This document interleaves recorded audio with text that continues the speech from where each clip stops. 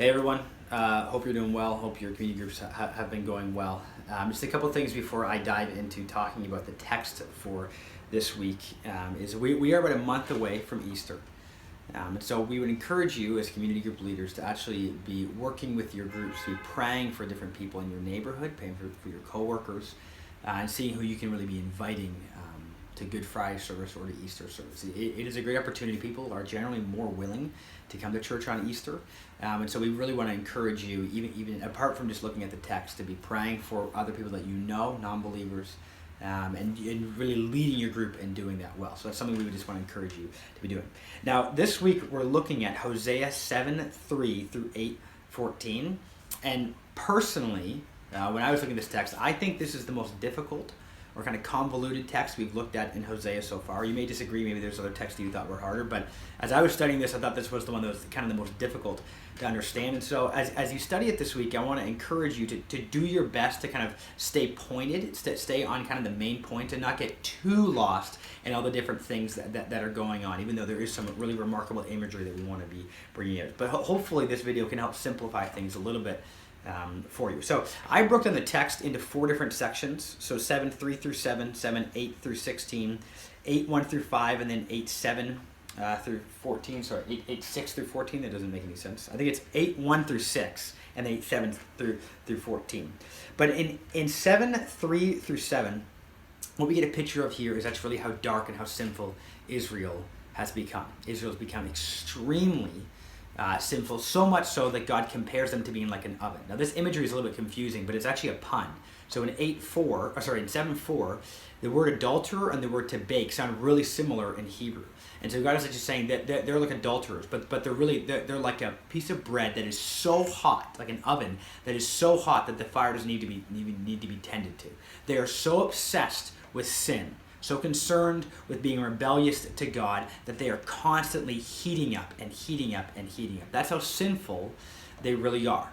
Okay? Which leads them actually to, as God explains in 7:3 through 7, for kings to be killing one another to take over power, or really for people to be killing the kings to become the new ruler of Israel, which is something we actually know happened in Israel's history. So if you remember back to the beginning of Hosea, this reference to the valley of Jezreel, well that's a reference actually to a place where a king's entire family was slaughtered. So we're actually talking about that kind of idea, that he's like, Israel is so sinful that they are taking over power in ways that are extremely grotesque, that are just terrible, where they're killing one another.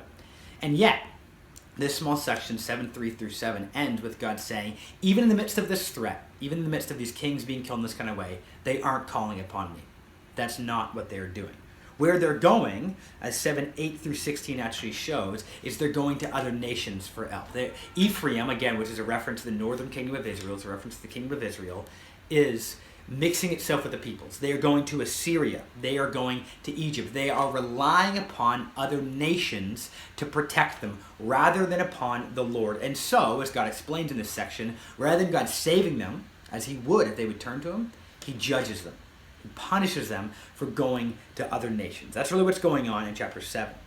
8:1 through 5, though, is really interesting because what it shows us is that while Israel is being extremely rebellious against the Lord, while they're relying on other gods or relying on other nations and not turning to the Lord, and they're doing all these really terrible things and how they take over power, God explains in 8:1 through 5 is they don't even realize they're doing this. They actually think they know God. So they say, my God, we're Israel. We know you. And God says, no, you don't.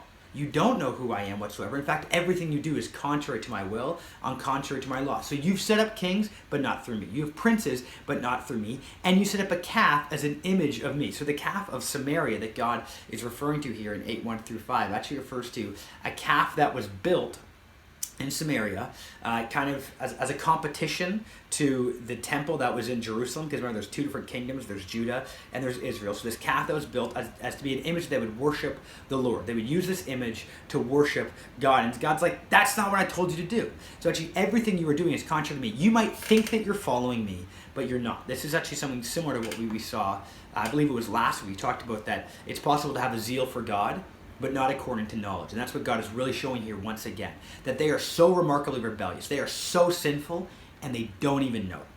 That's something I think that we should bring up and be talking about in our community groups here. Talking about this idea that actually it's possible for people to be extremely sinful and yet so deceived into thinking that they are doing something honoring to the Lord when God says, no, you are not. Which is why in 8:7 through 14, 8:7 through 14, God explains that he will judge them for it. But the specific judgment that I want to draw out here that I think would be good to talk about comes at the end of verse 13, where God explains that his judgment is that they shall return to Egypt.